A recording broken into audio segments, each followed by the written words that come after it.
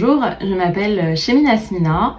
Je suis la maman d'un petit garçon de 3 ans qui s'appelle Naïl. Et j'ai découvert que mon fils était atteint de la lymphohistiocytose familiale. La lymphohistiocytose familiale, dite aussi LHF, est une maladie qui touche le système immunitaire. En gros, les globules blancs qui sont censés défendre notre organisme contre l'attaque d'un virus ou d'une bactérie ne vont pas assurer leur fonction de défense immunitaire. Donc au lieu de tuer le virus ou la bactérie comme ils sont censés le faire, ils vont s'emballer et ils vont s'attaquer aux cellules saines de notre organisme. Donc ils peuvent s'attaquer au foie, à la rate, au cerveau, aux poumons et créer de gros dégâts avec des séquelles assez importantes pouvant aller jusqu'au décès. Dans de rares cas, la lymphohistiocytose familiale touche aussi l'intestin. Donc on va avoir une mutation génétique au niveau des cellules de l'intestin qui vont faire que les enfants n'absorbent pas bien les aliments et n'obtiennent pas tous les nutriments qu'ils peuvent obtenir des aliments. Le seul moyen aujourd'hui de pallier à cette malabsorption, c'est de dépendre d'une nutrition parentérale toute sa vie. Donc c'est ce qu'a Naïl aujourd'hui. À cause de cette mutation génétique, il n'absorbe pas bien et il doit dépendre d'une nutrition parentérale.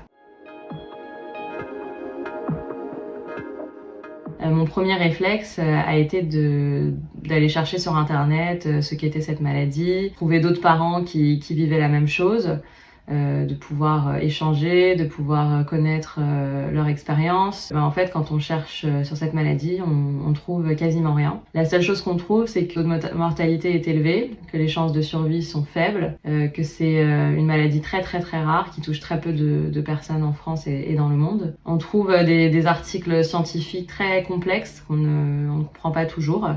Et donc, on se sent perdu, on se sent isolé, on se sent seul. Même si on est très bien entouré, tant qu'on ne vit pas la même chose, c'est pas facile de comprendre. On est perdu, on est dépassé et on a besoin d'aide, mais on ne sait pas vraiment où la trouver.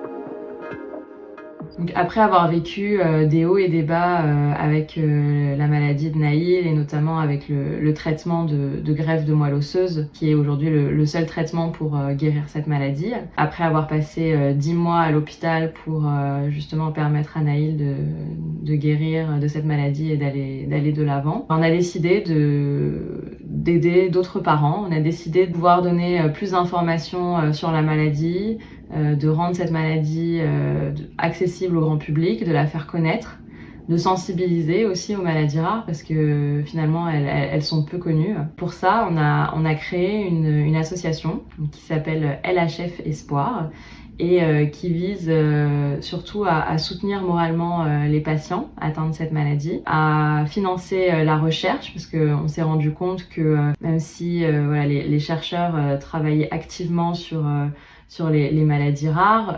Malheureusement, il y a 7000 maladies rares dans le monde et il n'est pas possible pour eux de pouvoir avancer aussi rapidement sur toutes ces maladies.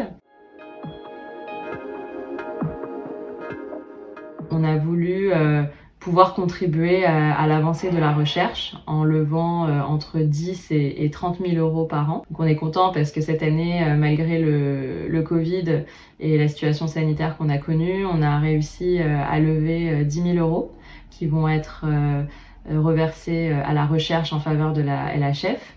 Donc ça, c'est vraiment grâce aux donateurs, grâce à toutes les personnes qui se sont mobilisées lors de nos événements pour collecter des fonds. À tous les adhérents aussi qui contribuent par leur adhésion à faire avancer la recherche. Donc vraiment, merci beaucoup. On mène aussi des actions de sensibilisation aux dons de moelle osseuse et aux dons du sang. Le don de moelle osseuse aujourd'hui n'est pas assez connu. On attend des mois pour trouver un donneur compatible pour que notre enfant puisse avoir une greffe de moelle osseuse. Je trouve qu'on ne fait pas assez de bruit, on ne fait pas assez connaître ce don de moelle osseuse qui sauve beaucoup de vies. Donc on a décidé de mener des campagnes de sensibilisation pour le faire connaître. Et le don du sang est aussi important puisque les enfants, lors de leur traitement de greffe de moelle osseuse, reçoivent des centaines de transfusions de sang, d'immunoglobulines pendant des mois. Ce don du sang est vraiment vital pour eux. Aujourd'hui, si vous voulez nous aider à faire avancer les choses sur la lymphohistiocytose familiale, donc vous pouvez devenir bénévole ou devenir adhérent de l'association et contribuer à faire grandir l'association LHF Espoir, faire un don. Parce qu'en faisant un don, vous permettez ainsi de faire avancer les différents projets que nous avons sur cette maladie rare, de financer la recherche surtout. Vous pouvez aussi parler de nous en partageant nos posts sur les réseaux sociaux, en parlant de la maladie et de l'association et de nos actions autour de vous. Vous pouvez aussi parler du don de moelle osseuse, c'est très important. Juste en parlant, en expliquant que ça existe, ça peut vraiment avoir un impact. Pour dire aux parents qui vivent la même chose, que ce soit la lymphohistiocytose familiale ou une autre maladie rare ou une autre maladie grave, vous n'êtes pas seul. Vous avez d'autres personnes qui vivent les mêmes situations, des fois des situations beaucoup plus graves. Mais il faut se battre pour nos enfants parce que eux se battent, eux font tout pour garder le sourire, pour aller de l'avant, pour faire face et surtout pour vivre. Donc il faut se battre avec eux, même si c'est pas facile, même si des fois on a envie de tout laisser tomber, des fois on est au plus bas, on se dit qu'on n'y arrivera pas.